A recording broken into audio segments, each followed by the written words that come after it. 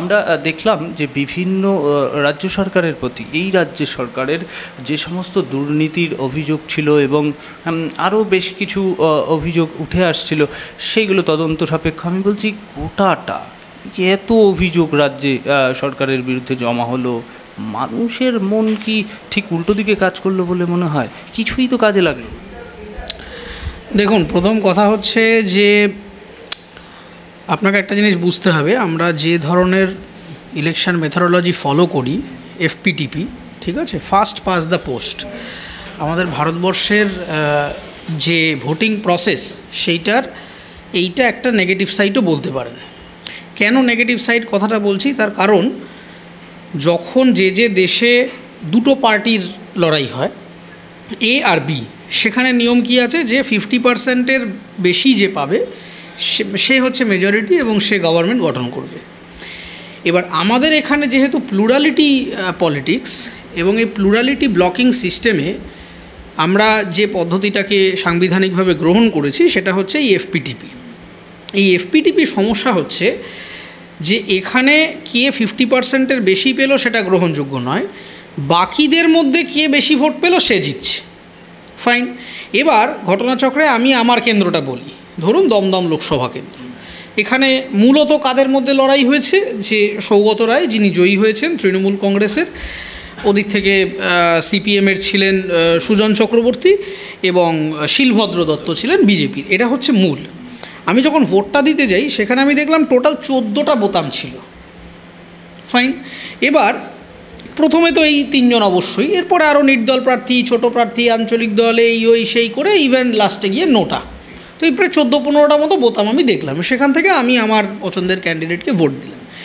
এবার ধরুন সৌগত রায়ের যে এরিয়া, সেই এরিয়ায় ধরুন 100 জন মানুষ বসবাস করে।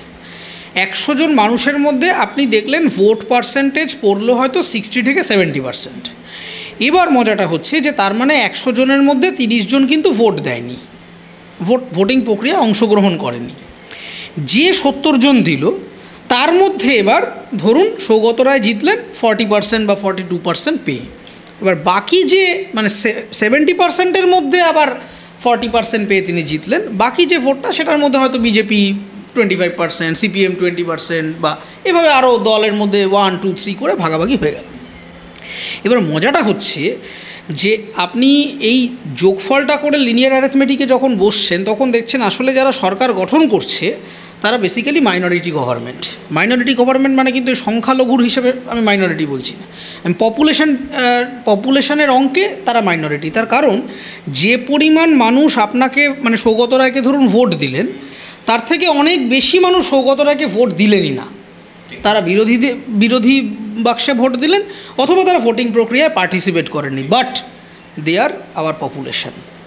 তো আমাদের এফপিটিপির এটা একটা মারাত্মক নেগেটিভ সাইড, যেটা নিয়ে এর আগে পার্লামেন্টে বহু আলোচনা হয়েছে কিন্তু এর কোনো সমাধান হয়নি। ফলত যারা সরকারে আসছেন, এবার দেখুন আপনি বলবেন যে তৃণমূল কংগ্রেস এত বেশি এত সিট পেয়ে গেল, মানুষ কি অপদার্থ মূর্খ? দেখুন, মানুষকে বোকা ভাবার কিছু নেই। আমি আগেও বলেছিলাম যে মানুষ তার ডিসিশনটা দেবেন। এবার ঘটনাটা হচ্ছে যে তৃণমূল কংগ্রেসের এই এত সিট পাওয়ার মূল কারণটা হচ্ছে বিজেপির এবং অন্যান্য যে বিরোধী দলগুলি আছে তাদের সাংগঠনিক দুর্বলতা। আপনি বলবেন কিভাবে? প্রথম কথা দেখুন, অন্যের বাড়ির আবর্জনা দিয়ে নিজের বাড়ি ডেকোরেশন করা যায় না, তাতে একটু দুর্গন্ধ বেরোবে। আপনি সাজিয়ে ফেলতে পারবেন কিন্তু আপনি ঘরে থাকতে পারবেন না, গন্ধ বেরোবে, কারণ ওটা আলটিমেটলি আবর্জনা। কেন এই মারাত্মক স্টেটমেন্টটা দিচ্ছি?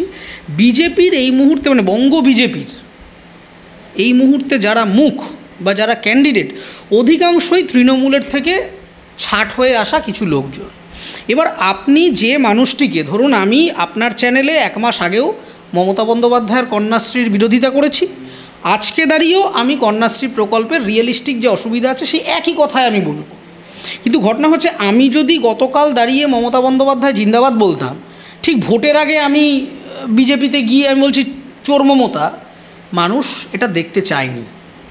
মানুষ সবথেকে বেশি বিজেপির সাংগঠনিক দুর্বলতার কারণে হচ্ছে ট্রাস্ট ডেফিসিট, অথেন্টিসিটি। আপনি যে মানুষটাকে ধরুন তাপস রায়ের মতো মানুষ বলুন, কিংবা তাপস রায়ের যে ওখানে কন্টেস্ট করছেন সজল ঘোষের পাওয়ার কথা ছিল বলে শুনেছিলাম, কেন দেওয়া হলো না আমি জানি না। যাদবপুরের বরানগর ইয়েতে যাদবপুরে সায়নী ঘোষের এগেনস্টে আপনি এখানে বসে আছেন যাদবপুরের, আমি এখানে বসে আপনার ইন্টারভিউটা দেখছি। আমি একদিন মাত্র সেই প্রার্থীকে দেখেছি, তিনি এখান দিয়ে একটা র্যালি করে গেছেন, চারিদিকে একদম কাচের ঘরটর, মানে একটা বিশাল সেট আপ, কুলার ফুলার রাখাটা এটা বিরাট একটা ব্যাপার আর কি। এবং আমি এখানে অফিস করছি অন্তত 3 বছর, এই প্রথম এই মানুষটির সম্পর্কে আমি জানতে পারলাম। আমি রোজ সকালবেলা আসি, বিকেলবেলা অফিস করে বাড়ি যাই। এই মানুষটি সম্পর্কে আমি অন্তত এখানকার দীর্ঘ 3 বছর এখানে আছি, আমি প্রথম জানতে পেরেছি নাম ঘোষণার পর যে এরকম একজন মানুষ আছেন যিনি একজন পলিটিশিয়ান, তিনি এখানে দাঁড়িয়েছেন বিজেপির মতো একটা শক্তিশালী পার্টির হয়ে। এটা তো আমি রোজ এখানে এসে যদি জানতে পারি, তাহলে যে লোকগুলো নতুন ভোটার, ইয়ং ভোটার, যারা পলিটিক্সে অ্যাক্টিভ অথবা অ্যাক্টিভেটেড নয়, আপনি কি করে এক্সপেক্ট করছেন যে তারা সেই লোকটিকে ট্রাস্ট করবে, ভরসা করবে, ইত্যাদি করবে? পাবলিক কানেক্ট নেই। সবথেকে বড় প্রবলেম হচ্ছে পাবলিক কানেক্ট নেই। এবার ঘটনাটা হচ্ছে যে তৃণমূল থেকে ডেভিয়েট করে এসছেন এই ধরনের মানুষগুলোকে আপনি যদি টিকিট দেন, তো যে কারণে আমি তৃণমূলকে ভোট দেবো না, সে একই কারণে তো আপনাকে ভোট দেবো না। আপনিও তো কিছুদিন আগে চুরির টাকা নিয়েছেন, নিয়ে হঠাৎ করে এসে একেবারে এই যে থিওরিটা হয়েছিল ওয়াশিং মেশিন পার্টি, এটা তো মেজর। আমরা বারবার বলেছি যে আগের দিন রাত পর্যন্ত আপনার বাড়িতে ইডি যাচ্ছে, ইডি নিশ্চয়ই মিষ্টি খেতে যায় না, কোনো নিশ্চয়ই ওখানে ঘাপলা ছিল বলে ইডি ইনভেস্টিগেট করতে গেছে। তা আমি কি এক্সপেক্ট করবো যে আপনি কংগ্রেসে যান, বিজেপিতে যান, তৃণমূলে যান, আপনি একটি ফেরেববাজ লোক, আপনার এগেনস্টে আইনি ব্যবস্থা হবে। ইডি বিজেপিতে গেলেও সেখানে ইডি যাবে এবং যা প্রসেস আছে করবে। তাহলে অরবিন্দ কেজরিওয়ালের মতো ব্যক্তি যখন অ্যারেস্ট হয়ে যাচ্ছে, যখন হেমন্ত সোরেনের মতো ব্যক্তি অ্যারেস্ট হয়ে যাচ্ছে, তাহলে আমি এটাও নিশ্চয়ই এক্সপেক্ট করব যে শুভেন্দু অধিকারের এগেনস্টে সারদার তদন্তটা একটু অগ্রসর হবে। দেখুন, প্রত্যেক পুলিশের, মানে যারা পুলিশ প্রশাসনে থাকবেন, যারা ক্ষমতায় থাকবেন, এক্সিকিউটিভ মেশিনারি তাদের ফরে থাকবে। আজকে মমতা বন্দ্যোপাধ্যায় শাসনে আছেন, মমতার এগেনস্টে অবান্তর বাজে কথা বললে পুলিশ আমাকে ধরে নিয়ে যাবে। সেটা আমি বেআইনি কাজ করি বা না করি, তারা একটু চমকে দিয়ে যাবে। তার কারণ হচ্ছে এক্সিকিউটিভ মেশিনারি মমতা অপারেট করেন। একই রকমভাবে আমি যদি নরেন্দ্র মোদীকে কিছু উল্টোপাল্টা করি, তিনি ইডি সিবিআই দিয়ে করবেন। এটা মোদি বা মমতার প্রবলেম নয়, এটা সারা ভারতবর্ষের প্রবলেম, সারা পৃথিবীর প্রবলেম যে এক্সিকিউটিভ মেশিনারি লেজিসলেশন দ্বারা ম্যানিপুলেটেড হয়। কিন্তু ঘটনাটা হচ্ছে সেটা যদি এত কমপ্লিট বায়াসড হয়ে যায় যে যেই মুহূর্তে আমি আপনার ওখানে গেলাম আমি একেবারে ভগবান তুল্য হয়ে যাচ্ছি। মানুষ তো অশিক্ষিত নয়। বিজেপির প্রথম যেটা উচিত ছিল সেটা হচ্ছে যারা দীর্ঘদিন ধরে সংগঠন করেছেন, তাদের দলেও তো মানুষ আছেন, সেই মানুষগুলোকে দেওয়া এবং এই এক্সপেরিমেন্টটা না করা। হঠাৎ করে দিলীপ ঘোষকে এখান থেকে একটা কমফোর্ট বাবেলের বাইরে বের করে দিচ্ছেন। আমি সমালোচনা করেছি অভিষেক বন্দ্যোপাধ্যায়, কিন্তু ভালো করে দেখবেন যে অভিষেক বন্দ্যোপাধ্যায় জেনে শুনে নিজের কমফোর্ট বাবেলের বাইরে কিন্তু বেরোলেন না। তার কারণ তিনি জানতেন যে তার এই ম্যাসিভ লিড নিয়ে তাকে কমফোর্ট জোন থেকেই বেরোতে হবে এবং বেরিয়ে তিনি 2026-এ হয়তো চিফ মিনিস্টার ক্যান্ডিডেট হিসেবে অ্যাপিয়ার করবেন। কিন্তু ঘটনাটা হচ্ছে যে এই দিলীপ ঘোষকে নিয়ে এক্সপেরিমেন্টার কোনো মানে ছিল না। তিনি দীর্ঘদিন ধরে সংগঠন করছেন, চেনা জায়গায় দাঁড় করালে তিনি পেতেন। অভিষেক বন্দ্যোপাধ্যায়ের বিরুদ্ধে বিজেপি প্রার্থী দেবে, 1 মাস ধরে সাসপেন্স ট্রেলার। আরে অভিষেক বন্দ্যোপাধ্যায়ের মতো একটা ওই রকম ফিগারকে যদি কমব্যাট করতে হয়, আমার গ্রাউন্ড প্ল্যানিং সেরকম থাকতে হবে। আপনি তো তখনই লোকে বুঝে যাচ্ছে আরে এ তো বেটা সেটিং কেস। তো আপনাকে ট্রাস্ট করবো কী করে? কর্মীরা কী করে ট্রাস্ট করবে? কারণ আপনাকে মাথায় রাখতে হবে এসি ঘরে বসে কয়েকজন এক্সিকিউটিভ কমিটির মেম্বার তারা ওই কাগজে লিখে দিল এই কাকে রেকমেন্ড করছো, এই করলো, ডেটা ফেটা নিয়ে এসব অনেক বাতেলা দেওয়া যায়। এসি ঘরে বসে আমরা অনেক বাতেলা দিতে পারি, কিন্তু রাজনীতিটা এসি ঘরে হয় না। রাজনীতিটা হয় বুথ কর্মী থেকে। সে সিপিএমের বুথ কর্মী হোক, তৃণমূলের বুথ কর্মী হোক, বিজেপি কর্মী হোক, সে কর্মীদের মনে কনফিডেন্স দিতে হবে। আপনার সাথে কার কি কোথায় সেটিং হয়ে আছে সেটা যদি কর্মীদের ওপর ইম্প্যাক্ট পড়ে তো কর্মীরা কাজ করবে না। বলবে আরে ভাই আমি তোমার জন্য মার খাচ্ছি, তৃণমূলের সাথে মার খেয়ে মাথা ফাটাচ্ছি, আর তুমি ওখানে বসে সেটিং করে বসে আছো, তাহলে আমি করবো কেন দলটা? তো দ্যাটস ওয়াই গ্রাউন্ড লেভেলে ম্যাসিভ ইম্প্যাক্ট পড়েছে। এবং দ্বিতীয় কথা হচ্ছে যে ক্যাম্পেনের একটা ডিসকানেক্ট আছে, যেটা আমি মিডিয়ার পয়েন্ট অফ ভিউ থেকে আমি বলতে পারি। প্রথম কথা হচ্ছে বিজেপির এন্টায়ার বাংলার যে ক্যাম্পেনটা ছিল সেই ক্যাম্পেনটার মধ্যে কোনো কনসেন্ট্রেশন ছিল না। মানে ফর এক্সাম্পল, আপনি যখন তৃণমূল কংগ্রেসকে সরাতে চাইছেন, সে তো আপনার অপোনেন্টকে আগে বুঝতে হবে যে সে কী করছে। আমি কেন তৃণমূল কংগ্রেসকে আরও ক্লোজলি স্টাডি করি, কারণ ও স্ট্র্যাটেজিটা আমি বোঝার চেষ্টা করি, তাহলেই আপনি উল্টো দিকে ওকে কাউন্টার করতে পারবেন। দেখুন ফর এক্সাম্পল অভিষেক বন্দ্যোপাধ্যায়, আমি মমতা বন্দ্যোপাধ্যায়কে আপাতত সরিয়ে রাখছি, কারণ গতকালের প্রেস কনফারেন্সের পর আমার মনে হয়েছে যে অভিষেক বন্দ্যোপাধ্যায় এই মুহূর্তে তৃণমূলের মুখ, এবং সেই জন্য আমি অভিষেক বন্দ্যোপাধ্যায় ইকুয়াল টু তৃণমূল ধরে নিচ্ছি। Mamata Bandyopadhyay supremo iconic figure, তাকে আমি বাদ দিয়ে ধরছি। অভিষেক বন্দ্যোপাধ্যায় গত বছর তৃণমূলে নবজোয়ার ক্যাম্পেন করলেন, পঞ্চায়েত ভোটের ক্যাম্পেন। এপ্রিল মাসে দাঁড়িয়ে সম্ভবত তিনি কোচবিহারে একটি সভা থেকে বললেন যে কেন্দ্রীয় সরকার 100 দিনের টাকা দিচ্ছে না। ফাইন, মানুষের মনে একটা জায়গা তৈরি হলো যে 100 দিনের টাকা কেন্দ্র দিচ্ছে না। এবার কেন দিচ্ছে না, কেন্দ্র রাজ্যের সম্পর্কের অবনতি, তৃণমূল কেন ইউসি দিচ্ছে না, ওই দিচ্ছে না, সেটা অন্য ডিবেট। ঘটনা হচ্ছে যে কোনো ক্যাম্পেন বা বিজ্ঞাপন, রাজনীতিটাকে আমি আগের দিন সেলসের পয়েন্ট অফ ভিউ থেকে দেখার চেষ্টা করছিলাম। রাজনীতি কিন্তু এক ধরনের সেলস, ইডিওলজির ব্যবসা, পরিষ্কার ব্যাপার, আমি অন্তত এইভাবে দেখি। এবার ঘটনাটা হচ্ছে, কেন ব্যবসা কথাটা আমি বলছি, তার কারণ হচ্ছে যে আপনাকে কোনো একটা আদর্শ, কোনো একটা পলিসি, একটা গভর্নমেন্টকে আপনাকে বেচতে হবে। এবার অন্যান্য জায়গায় বাজারে বিক্রিতে আপনি কি করছেন, অর্থ নিয়ে বিনিময় করে বিক্রি করছেন প্রোডাক্টটা। এখানে আপনি ভোটের বিনিময়, যে আমাকে ভোট দাও, আমি তোমাকে এই পলিসি দেবো, তো ভোটটা এখানে বিনিময়। এবার এই যে বিনিময়ের যে বেচা কেনাটা, সেই বেচা কেনাটা করতে গেলে আপনাকে একটা সেলসের পয়েন্ট অফ ভিউ থেকে দেখতে হবে। সেখানে কি প্রবলেম ছিল বিজেপির? প্রথম ঘটনা হচ্ছে যে কল টু অ্যাকশান। ধরুন ফর এক্সাম্পল, আপনি ফেসবুক খুলেন, একটা জামার বিজ্ঞাপন, আবার ইনস্টাগ্রাম খুলেন, আবার দেখলেন সেই জামাটার বিজ্ঞাপন। আপনি 7 দিন ঘুরিয়ে ফিরিয়ে দেখছেন জামার বিজ্ঞাপনটা আসছে, আপনি এক সময় ক্লিক করলেন, দেখি কি এত ডিসকাউন্ট ফিসকাউন্ট বলছে, আপনি ক্লিক করলেন, করে সেখানে কিছু অপশান দিল, লাল জামা, সবুজ জামা, হলুদ জামা, সব ক্লিক টিক করে আপনি ফাইনালি অ্যাড টু কার্ট করলেন, করে ইউপিআই দিয়ে পেমেন্ট করে আপনি জামাটা অর্ডার করলেন। এবার আপনি প্রথম অ্যাড দেখেছিলেন সোশ্যাল মিডিয়াতে, সেইখান থেকে আপনি ওয়েবসাইটে এলেন, ওয়েবসাইট থেকে আপনি ডিসিশন মেকিং করলেন, ডিসিশন মেকিং করে আপনি অ্যাড টু কার্ট করে পেমেন্ট করলেন, আপনার ক্রয়টা সম্পূর্ণ হল। এতগুলো ফানেল রয়েছে একটা এন্টায়ার সেলস প্রসেসের মধ্যে। এক্স্যাক্টলি রাজনীতিতে একই জিনিস হচ্ছে। আপনি প্রথমে বলছেন যে মমতা বন্দ্যোপাধ্যায় একটা দুর্নীতিগ্রস্ত মানুষ, প্রথম কানেক্ট, ব্র্যান্ড অ্যাওয়ারনেস হলো। What next? বিজেপি তারপর কী করেছে? অভিষেক বন্দ্যোপাধ্যায় কী করলেন? নবজোয়ারে বললেন 100 দিনের টাকা দেয়নি, সেইটা নিয়ে চলতে চলতে চলতে চলতে নবজোয়ার হয়ে গেল, পঞ্চায়েত ভোটে জিতে গেল, নানা কিছু হলো, তারপর অনেক ভায়োলেন্স টায়োলেন্স হলো। সেইটাকে টানতে টানতে নভেম্বর 2023 টানতে টানতে নিয়ে এলেন, রাজভবন অভিযান করলেন, রাজ্যপালের সাথে হুলুস্থুলু করলেন, দিল্লি চলে গেলেন। কল টু অ্যাকশানটা কি? 100 দিনের টাকা। আর কি কেন্দ্র রাজ্যের সম্পর্কের সমস্যা ছিল না? হাজার হাজার সমস্যা রয়েছে, তিনি বললেন না, তিনি ওইখানটা ফোকাস করে রইলেন। 100 দিনের কাজটা নিয়ে আমরা যখন বিভিন্ন মিডিয়া প্যানেলে আমরা গেছি, কথা বলতে গেছি, ইন্ডাস্ট্রি নিয়ে কথা বলছি, তৃণমূল বলছি তুই 100 দিনের টাকা দিয়ে দেখাও তুমি তাহলে।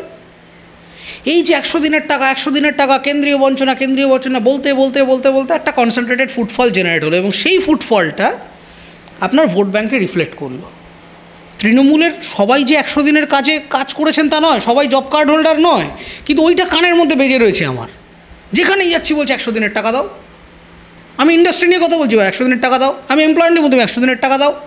এটা ডেলিভারেটলি করা। এবং আপনি যদি অভিষেক বন্দ্যোপাধ্যায়ের স্ট্র্যাটেজি দেখেন, ওই যে সময়টা October, November, December constant press conference করেছেন।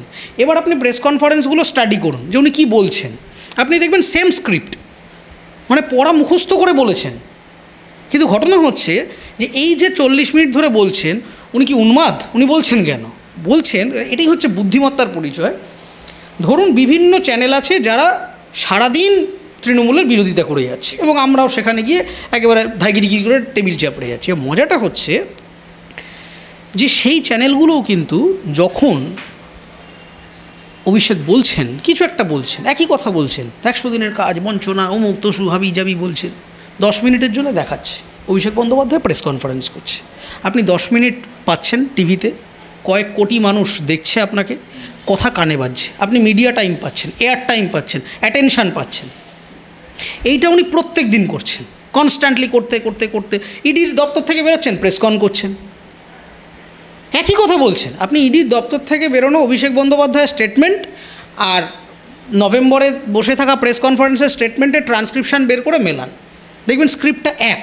উনি ওনার বয়ান পাল্টাননি, বাট উনি মিডিয়া টাইমটাকে বাই করলেন। বিজেপি কোথায় সেখানে? বিরোধী দলনেতারা তাদের এই এত আলোচনা কোথায়? তাদেরই চ্যানেল কিছু না হলো অভিষেক ব্যানার্জি প্রেস কন করছেন বলে 5 মিনিট দেখালো। আরে ওই 5 মিনিটে 5 লক্ষ লোকের কাছে পৌঁছে গেলেন, উনি কি বলছেন সেটা ম্যাটার না, উনি সৎ লোক না অসৎ লোক ম্যাটার না, উনি পৌঁছে গেলেন। এবার ঘটনা হচ্ছে দেখুন, ওই 100 দিনের কাজ এইবার এটা হলো, তারপর ইউসি দিলেন, কেন্দ্রীয় সরকার খানিকটা টাকা পেমেন্ট করলো, মোটামুটি গল্পটা সেটেল হয়ে গেল। লোকসভা ভোটের আগে ওই র্যাম্প ওয়াক হলো, র্যাম্প ওয়াকে ব্রিগেডের মঞ্চ থেকে অভিষেক ব্যানার্জি একটা ক্যাম্পেন লঞ্চ করলেন। ক্যাম্পেনের নাম জনগণের গর্জন, বাংলা বিরোধীদের বিসর্জন ভার্সেস বিজেপি একটা ক্যাম্পেন লঞ্চ করলো, ক্যাম্পেনের নাম হীরক রানী বাই বাই। দুটো ক্যাম্পেনের মধ্যে একটা ফান্ডামেন্টাল ডিফারেন্স আছে। ডিফারেন্সটা হচ্ছে, ফার্স্ট, আপনি একটা সাধারণ মানুষ যে কিছুই জানে না, যে জানেও না এই কী ভোট, লোকসভায় কটা সিট আছে বললেও না ভাই জানি না, এই মোদির নাম শুনেছি, হ্যাঁ মমতার নাম শুনেছি, এইটুকুই সে জানে, সে বেশি অ্যাওয়্যার নয়।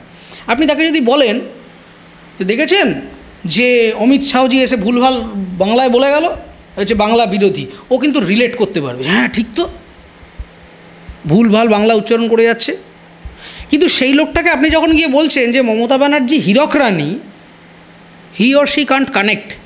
তার কারণ হচ্ছে যে হীরক রাজার সিনেমাটা সবাই দেখেনি, সমস্ত পপুলেশনকে সত্যজিৎ রায় বোদ্ধা হতে হবে কথা কেউ বলছে না, এবং মমতা ব্যানার্জিকে কেন আমি হীরক রানীই বলছি সেই কথাটা অধিকাংশ মানুষ বুঝতে পারছেন না।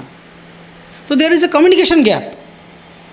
শহরে বসে 4-5টা লোক সিনেমা নিয়ে, কালচার নিয়ে আমরা বিরাট একেবারে আতলামি করছি, আমাদের কাছে ঠিক আছে, হ্যাঁ হীরক রানী ঠিক, দড়ি ধরে মারো টান, রাজা হবে খান খান। গ্রামগঞ্জের লোকজন বা যারা একটু অবাঙালি লোকজন, যারা সত্যজিৎ রায় দেখেননি, সিনেমা নিয়ে ভাবিত নন, মফস্বলে চলে যান। আমি আমার এলাকায় কত লোক আছে সিনেমা নিয়ে আগ্রহী নন, সেই লোকটার কাছে হীরক রানী কেন জানে না। এবং এই ক্যাম্পেইন দুটোর অ্যাক্টিভেশন প্ল্যান আমি হিসেব করে দেখেছি, যতটুকু আমার কাছে ইনপুট আছে অ্যাডমিনিস্ট্রেশনের থেকে, যে অভিষেক ব্যানার্জি জনগণের গর্জন ক্যাম্পেনের পেছনে যে পরিমাণ অর্থ খরচ করেছেন ভার্সেস বিজেপি এই ক্যাম্পেনের পেছনে যা খরচ করেছে অনেক বেশি। রীতিমতো দিল্লি বম্বের এজেন্সি হায়ার করা হয়েছে সে বিজ্ঞাপনগুলো বানানোর জন্যে, টিভিতে এয়ার করার জন্যে বড় বড় বিজ্ঞাপন এজেন্সি হায়ার করা হয়েছে। সেখানে অভিষেক বন্দ্যোপাধ্যায়ের খরচ কম্পারেটিভলি কম ছিল, কিন্তু তার মানে এটা কী দাঁড়ালো, টাকা থাকলেই আপনি সব পারবেন এই কথা কিন্তু নয়। দ্বিতীয় কথা, আমার বাড়ির সামনে একটা তৃণমূল পার্টি অফিস আছে, সেই পার্টি অফিসের সামনে দিয়ে প্রত্যেক দিন ওই পার্টির ছেলেদের কাজ ছিল একটা টোটো টাইপের নেওয়া, চারিদিকে একটা ব্যানার লাগানো, মমতা ব্যানার্জি অভিষেক ব্যানার্জির ছবি দেওয়া, এবং জনগণের গর্জন বাংলা বিরোধীদের বিসর্জন গানটা বাজিয়ে সারা পাড়া টই টই করে ঘুরে বেড়ানো। বিজেপি কোথায়? আমি তৃণমূলের ছেলেদের ডেকে বললাম, ভাই দুয়ের নামটা ভুলে যাব, তোমার গানের লিরিক্স ভুলবো না, এবার বন্ধ করো। মানে এতটাই সেটা অ্যাক্টিভ ক্যাম্পেনটা, গলিতে গলিতে রাস্তায় লোকের রিংটোনে বাজছে। আপনি ইউটিউব কম্পেয়ার করুন না, আপনি এআইটিসির পেজে গিয়ে জনগণের গর্জন মিউজিক ভিডিওটা দেখুন, টোটাল ভিউ কাউন্ট 61 মিলিয়ন না 62 million. R Hirak Rani by বাইয়ের ফিল্মগুলো দেখুন, 1 লাখ, 2 লাখ, 1.5 লাখ, টেনে টুনে বুস্ট। এবার নিশ্চয়ই 61 মিলিয়ন অর্গ্যানিক হয়নি, হয়তো 5 মিলিয়ন বুস্ট করেছে, তারপর অর্গ্যানিক শেয়ার হয়েছে। আরে বুস্ট অপটিমাইজ করো, তুমি লোকের কাছে পৌঁছতে হবে তো তোমাকে কানেক্টটা। তুমি যেটা ক্যাম্পেন করেছো, আপনি সার্ভে করুন না, আপনি বিজেপি বুথ কর্মীদের বা একটু গ্রাউন্ড লেভেলে গিয়ে সার্ভে করুন যে হীরক রানী বাই বাই নিয়ে কী কী কাজ হয়েছে বলো তো ভাই। আর তৃণমূলের যে ছেলেটা তৃণমূলের অ্যাডভান্স লেভেল স্ট্র্যাটেজি জানেই না, এই যে বিভিন্ন কনসাল্টিং এজেন্সি আছে, অত অবধি যেতে হবে না, আপনি তৃণমূলের পাড়ার ছেলেদের বলুন, দেখবেন ফোনে রিংটোন বাজছে, ফোন করলেই জনগণের গড় বাজছে, ওর কলার টিউনে ওইটা বেজে চলেছে। ও কিন্তু জানে না গল্পটা কী, কিন্তু this is call activation. Total 95 না 96 হাজার র্যালি হয়েছে সারা পশ্চিমবঙ্গে, যেটা দেশের মধ্যে হাইয়েস্ট বলছে সেফোলজিস্টরা। তার মধ্যে অ্যাপ্রক্সিমেটলি 45,000 র্যালি তৃণমূল কংগ্রেস করেছে। তো আপনাকে কাউন্ট করতে হবে না যে কে কতটা এফার্ট দিচ্ছে।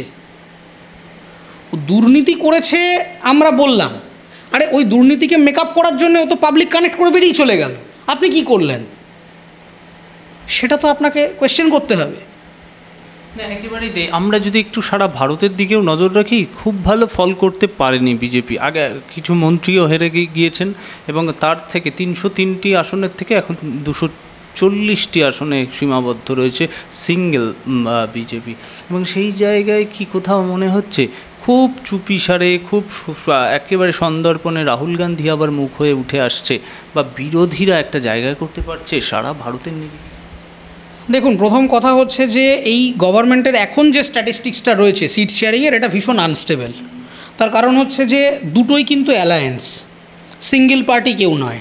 এবার মুশকিলটা হচ্ছে যে কোনো একটা অ্যালায়েন্স থেকে আরেকটা দিকে ঘুরে যেতে পারে, আইদার এনডিএতে কিছু লোক আসবে অথবা এনডিএ থেকে ইন্ডিয়া অ্যালায়েন্সে কিছু লোক যাবে। এই বেচা কেনাটা এর মধ্যে মানে টাকার খেলা আছে, ক্ষমতার খেলা আছে, নানা রকমের স্ট্র্যাটেজিক কায়দা আছে। কিন্তু মুশকিলটা হচ্ছে আমি ধরে নিলাম যে কেউ গেল না, এই সরকারটাই থাকবে, তাতে সবথেকে বড় বার্ডেন হচ্ছে যে in regular course work bill pass হয়ে যাবে, কনস্টিটিউশনাল অ্যামেন্ডমেন্ট করতে গেলে চাপে পড়ে যাবে গভর্নমেন্ট। এবার ঘটনাটা হচ্ছে যে বিজেপির এই অবস্থাটা মানে ওভারঅল হলো কেন? সবথেকে বেশি ঝাড় খেয়েছে উত্তরপ্রদেশ। তার অনেক কারণ আছে, যে সোশ্যাল কজগুলো আমার মনে হয়েছে। প্রথম কথা হচ্ছে মানুষ না লার্জার দ্যান লাইফ পলিটিশিয়ানরা হয় ঠিক আছে, কিন্তু সুপারফিশিয়াল ফিগার হয়ে গেলে মুশকিল।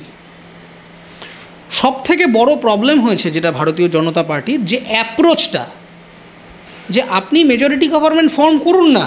কে বারণ করেছে? কংগ্রেস এক সময় দাপিয়ে বেরিয়েছে, কিন্তু তাই বলে কি কংগ্রেস যা করেছে ঠিক করেছে? কংগ্রেসের হাজার হাজার ভুল ছিল, কিন্তু তাও কিন্তু দশকের পর দশক মানে ইন্ডিয়া মিন্স কংগ্রেস এরকম একটা ব্যাপার ছিল। এবার সেটা তারা করেছে তাদের কমিউনিকেশনের হিসেবে, কিন্তু এই যে বিজেপির একটা অথরিটারিয়ান অ্যাপ্রোচ, যে আমি যা বলবো সেটা গ্রাউন্ডলে ফলো হবে, যেটা আপনি খুব ইন্টারেস্টিংলি দেখবেন নরেন্দ্র মোদী ভোটের রেজাল্টের আগের দিন একটা খবরের কাগজে চিঠি লিখেছেন, আমার খুব ইন্টারেস্টিং লেগেছে। দিস ইজ ফার্স্ট টাইম যে উনি এবার সাউথে কন্যাকুমারিকা থেকে বসে দিল্লিকে দেখার চেষ্টা করছেন, বাট ইটস টু লেট। উনি প্রথম পিপলস পার্টিসিপেশন ইন দ্য গভর্নেন্সের কথা বলছেন, it's too late. Narendra Modi সবথেকে যেটা সামাজিক ভুল বলে আমি মনে করছি, যে রাম মন্দির প্রতিষ্ঠা করেছেন, এটা ওনার রাজনৈতিক সাফল্য, এবং রাম মন্দির প্রতিষ্ঠা নিয়ে আমার একজন হিন্দু হিসেবে কোনো আপত্তি নেই। হিন্দুদের সংগঠিত করা উচিত, হিন্দুদের জন্যে মন্দির প্রতিষ্ঠা হয়েছে, হবে, অন্য দলের জন্যে, অন্য ধর্মের মানুষের জন্য হবে, এবং উনি ফিরিয়ে আনতে পেরেছেন, এটা বিজেপির রাজনৈতিক সাফল্য। কিন্তু এটা উনি এনক্যাশ করতে পারলেন না। এটা এনক্যাশ করতে পারতেন বলে আমার মনে হয়। কীভাবে? বহু মানুষকে আমি জিজ্ঞাসা করেছি যারা সত্যি মানে বিজেপি দেখে তো রাম ভক্ত হন না, কেউ রাম ভক্ত হয়ে বিজেপি হতে পারে, কিন্তু কেউ যদি আরাধনা করেন সেটা তার ব্যক্তিগত অ্যাফেয়ার্স। বহু বাড়িতে রামের পুজো আছে, রামের মন্দির আছে, তারা নিয়মিত আরাধনা করছেন, কিন্তু তারা বিজেপি হতে হবে কোনো বাধ্যকতা নেই। এবার ঘটনা হচ্ছে প্রধানমন্ত্রী ব্লান্ডার করেছেন হচ্ছে রামলালার মূর্তি প্রতিষ্ঠা তার নিজে হাতে করে। ওনার যেটা করা উচিত ছিল যে এটা আপনার পলিটিক্যাল অ্যাফেয়ার, আপনি পলিটিক্যালি এটা করেছেন, এটা বিরাট সাফল্য বলে আমার মনে হচ্ছে। আপনি ওখানে আর 5 জন ভিআইপির মতো বসে থাকুন, আর যে মানুষগুলো অ্যাকচুয়ালি শাস্ত্রে পণ্ডিত, যারা পুরোহিত, যারা এই ধরনের কাজগুলো করছেন, এক্সপার্ট ইন দিস ফিল্ড, সেটা শঙ্করাচার্যরা হতে পারেন বা অন্যান্য যা আছে, শাস্ত্রে কী বিধান আছে আমি জানি না, সেইটা মেনে যারা আছেন আপনি তাদেরকে দিয়ে যজ্ঞটা করিয়ে প্রাণ প্রতিষ্ঠা করান। বহু মানুষের সেন্টিমেন্টে এটা লেগে গেছে যে হু আর ইউ? কারণ আপনাকে মাথায় রাখতে হবে শঙ্করাচার্যরা কিন্তু অন্যভাবে রিয়াক্ট করে গেছিলেন সে সময়, যে এই প্রাণ প্রতিষ্ঠাটা শাস্ত্র মেনে হচ্ছে না বা এটা সঠিক হচ্ছে না। প্রাইম মিনিস্টার একজন legislative head of the country. তুমি বাড়িতে বসে থাকো, যারা সাবজেক্ট ম্যাটার এক্সপার্ট, যারা এই কাজটা দীর্ঘদিন ধরে করছেন, যারা এন্টাইটেল টু, শঙ্করাচার্যদের কাজ এইটা করা, তারা ধর্মকে ধর্মের মতো ইন্টারপ্রেট করবেন। এটা প্রধানমন্ত্রীর দায়বদ্ধতা নয়, তাকে কেউ ঠেকা দেয়নি যে তুমি আমাকে বোঝাও তো বেদে কী লেখা আছে তা ঠিক না ভুল। কিন্তু ঘটনাটা হচ্ছে যে উনি এই যে ব্লান্ডারটা করলেন, যে নিজে একটা ধর্মাবতারের ভূমিকায় অবতীর্ণ হলেন, এইটা বহু মানুষের কাছে একটা ব্যাড মেসেজ আছে। এইটা না করে উনি যদি বসে থাকতেন একজন পলিটিশিয়ান হিসেবে, এবং উনি এই পুরো ঘটনাটার যে ইকুইটিটা আমি বলবো সেটা যদি নিজে জাস্ট উপভোগ করতেন, যে এই পুরো যা দেখছেন আমার আশেপাশে, who is the hero? Me. সেটা না করে উনি সবাইকে সাইডলাইন করে, ধর্মগুরুদের সাইডলাইন করে, সব কিছু করে নিজে একেবারে অবতীর্ণ হব, এইটা মারাত্মক একটা ব্লান্ডার হয়ে গেছে বলে আমার মনে হয়েছে। নেক্সট হচ্ছে যে দেখুন, কালচারাল টেররিজম বলে একটা সাবজেক্ট আছে। ফর এক্সাম্পল, আপনি আমার বাড়ির সামনে ইসকন আছে, মাঝে মধ্যে সেদিকে যাই, প্রভুপাদদের সাথে দেখা হলে তারা হরে কৃষ্ণ ভালো আছেন, না হরে কৃষ্ণ ভালো আছে। এটার মধ্যে না আমি এলিয়েনেটেড ফিল করছি, না প্রভুপাদ এলিয়েনেটেড ফিল করছে। ঘটনাটা হচ্ছে আপনি যখন রাস্তা দিয়ে যাচ্ছেন, একটা বিজেপির মিছিল, কেউ যদি জয় শ্রীরাম বলে আপনার থ্রেটেন্ড ফিল্ড হচ্ছে, তার মানে there is a communication issue. রামের ধ্বনি দেওয়া, জয় শ্রীরাম কথাটা তো আজকে বিজেপির আবিষ্কার নয়, রামের ধ্বনি দেওয়ার মধ্যে কোনো ভুল নেই, কিন্তু তুমি সেই ধ্বনিটাকে যদি টেরারাইজ করো, তুমি যদি মনে করো যে জয় শ্রীরামটা একটা টেরার হিসাবে ব্যবহার করব, তখন কিন্তু there will be a counter force. আপনি শিবের মন্দির তলা দিয়ে যাচ্ছেন, হর হর মহাদেবের গান চলছে, আপনি শিবের ভক্ত বলে প্রণাম করছেন, না ভালো লাগলে দেখছেন সবাই উৎসব করছে, আপনি চলে যাচ্ছেন। কিন্তু কোথাও যদি জয় শ্রীরাম বাজে, আপনি অন্য গলি দিয়ে চলে যাচ্ছে বাঙালি। আমি বাংলার কথাটা বলছি অ্যাটলিস্ট, যে কেন বাঙালি ভোট দেয়নি বলে আমার মনে হয়েছে, কারণ এটা একটা কালচারাল টেররিজম চাপিয়ে দেওয়া হচ্ছিল। আপনি রামের ধ্বনি দেবেন, রাম ভক্তরা আসবেন, পুজো করবেন, প্রাইভেট অ্যাফেয়ার্স, আমি বারবার বলেছি state should not sponsor this. কিন্তু জয় শ্রীরাম বলে অ্যাজ ইফ যেন আমি কাউকে একটা গালাগাল করছি, এরকম একটা অ্যাপ্রোচ, যে জয় শ্রীরাম ভাই কে বললি, কেন হরে কৃষ্ণ বললে তো আমার মনে হচ্ছে না, কেন রাধে রাধে বললে তো আমার মনে হচ্ছে না, এই হর হর মহাদেব বললে তো আমার মনে হচ্ছে না, জয় মা দুর্গা বললে তো মনে হচ্ছে না, জয় শ্রী লোকনাথ বললে তো মনে হচ্ছে না, কেন জয় শ্রীরাম বললে মনে হচ্ছে? আপনি রাস্তা দিয়ে যান, জয় শ্রীরাম বললেই 4টে লোক ঘুরে তাকাবে, রাধে রাধে বললে তাকাবে না, সিয়াবর রামচন্দ্র কি জয় বললেও তাকাবে না। কেন?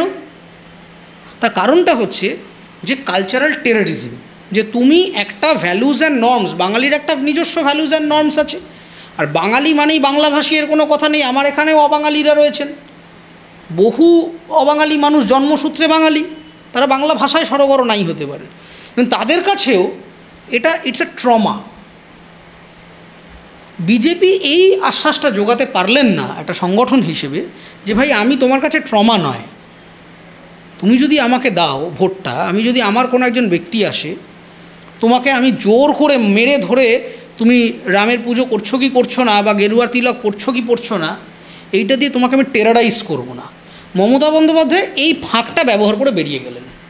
সেখানে দুর্নীতি চাপা পড়ে গেল, সেখানে আনএমপ্লয়মেন্ট চাপা পড়ে গেল, সেখানে লক্ষ্মীর ভাণ্ডারের লং টার্ম ইকুইটি কেন মহিলাদেরকে, এই যে এত আপনার চ্যানেলে আমি বলেছি, আইটি নিয়ে বলেছি, এই যে এত ভাইরাল হয়ে গেছে, এত চর্চা হয়েছে আমার বক্তব্য নিয়ে, এভরিথিং ওয়েন্ট ইন ভেইন। তার কারণ হচ্ছে বিরোধী হিসেবে, প্রধান বিরোধী হিসেবে আপনার যা করা উচিত ছিল আপনি তো করলেনই না, উল্টে আপনার সম্পূর্ণ স্ট্র্যাটেজিক মিসকমিউনিকেশনের জন্যে মমতা বন্দ্যোপাধ্যায় গড়াগড়ি খেতে খেতে গোল দিয়ে চলে গেলেন। এটা সম্পূর্ণ সাংগঠনিক ব্যর্থতা, বাঙালিকে বুঝতে না পারার একটা প্রচণ্ড ব্যর্থতা।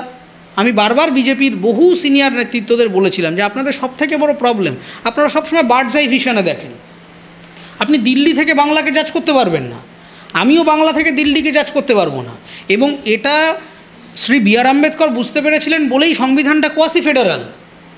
তিনি বুঝতে পেরেছিলেন যে একটা সেন্টার দিয়ে, এটা তো ব্রিটিশরাও আগে কেস খেয়ে গেছে, তারপর মর্লেমেন্টো রিফর্ম থেকে মন্টেগু চেমসফোর্ড রিফর্ম একাধিকবার আনতে হয়েছে, কারণ ব্রিটিশরা এসব করে দেখে গেছে, এসব এক্সপেরিমেন্টগুলো ইতিহাসে করেছে তারা, যে একটা জায়গা থেকে একজন গভর্নর জেনারেল থাকবে, তিনি সব কিছু বলবেন, সবটা ফলোড হবে।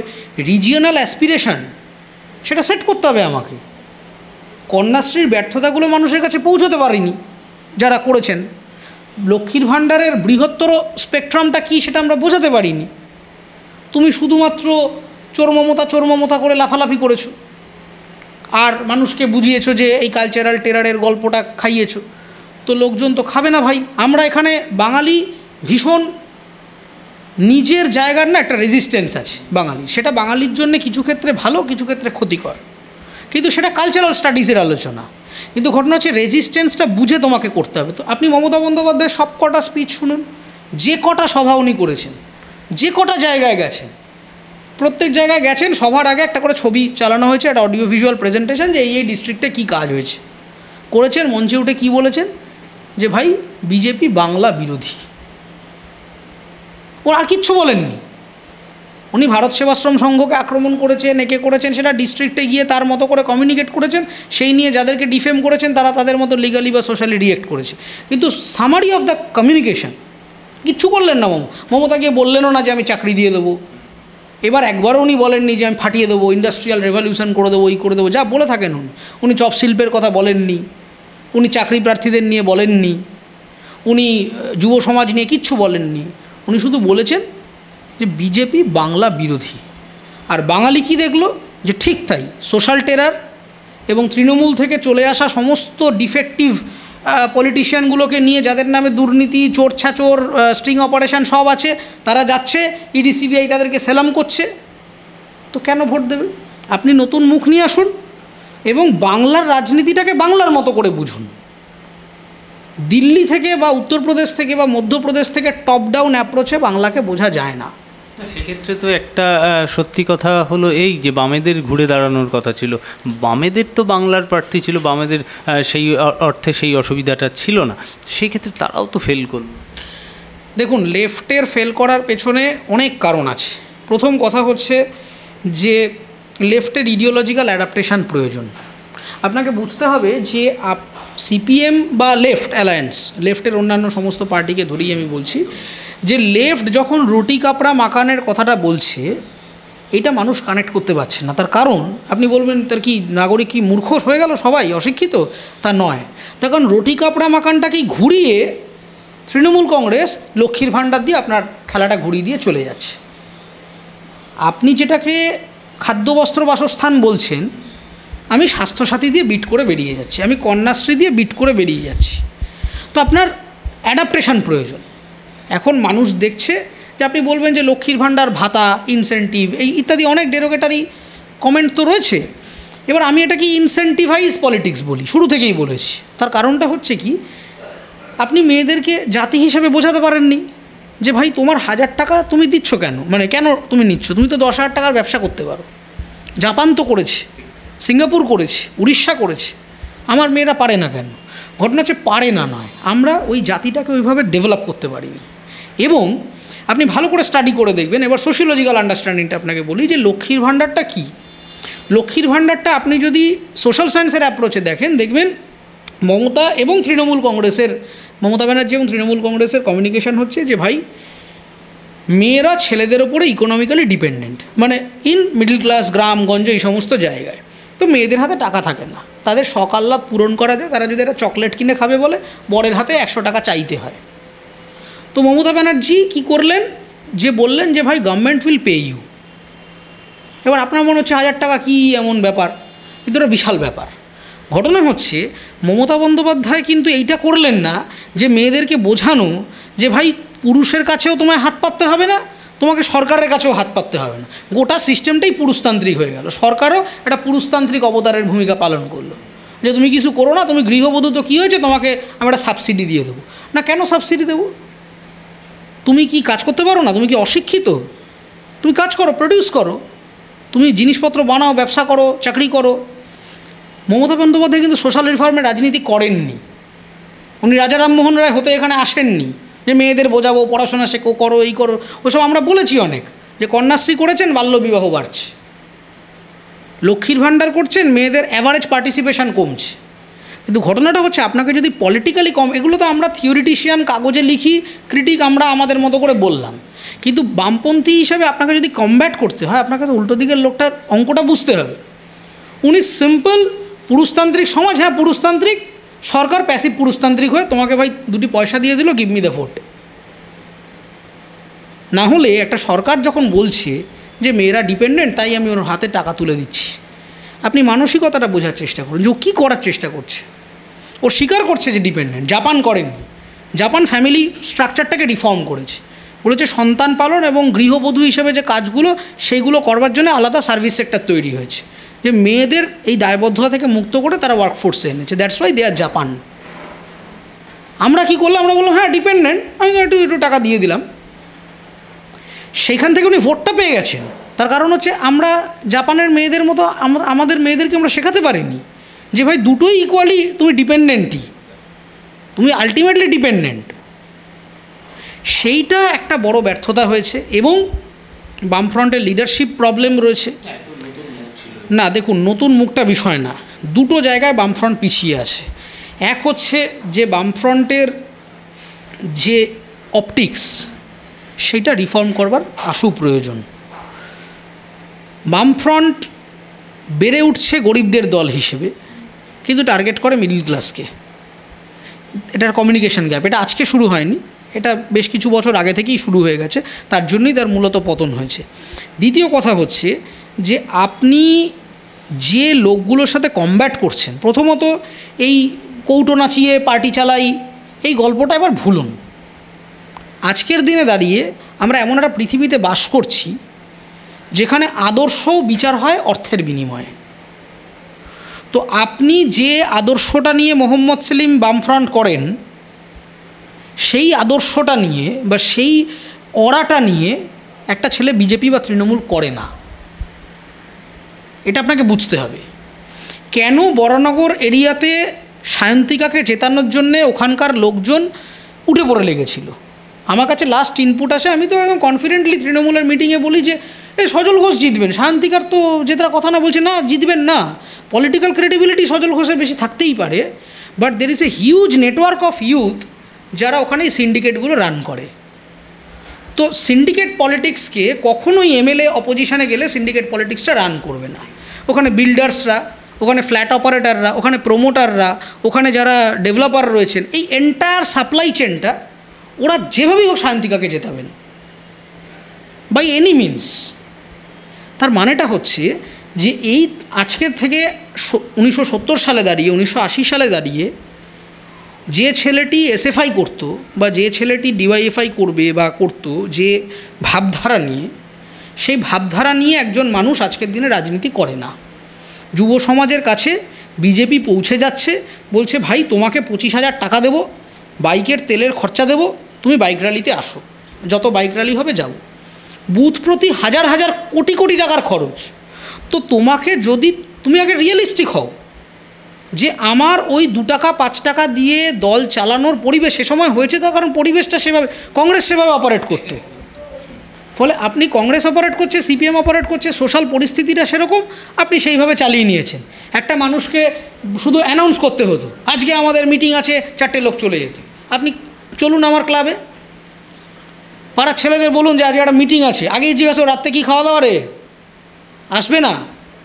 আপনি ওখানে বিশাল থিওরি নিয়ে আলোচনা করুন, ও আগে জেনে নেবে রাত্রেই খাওয়া দাওয়া, একটু পার্টি হবে নাকি।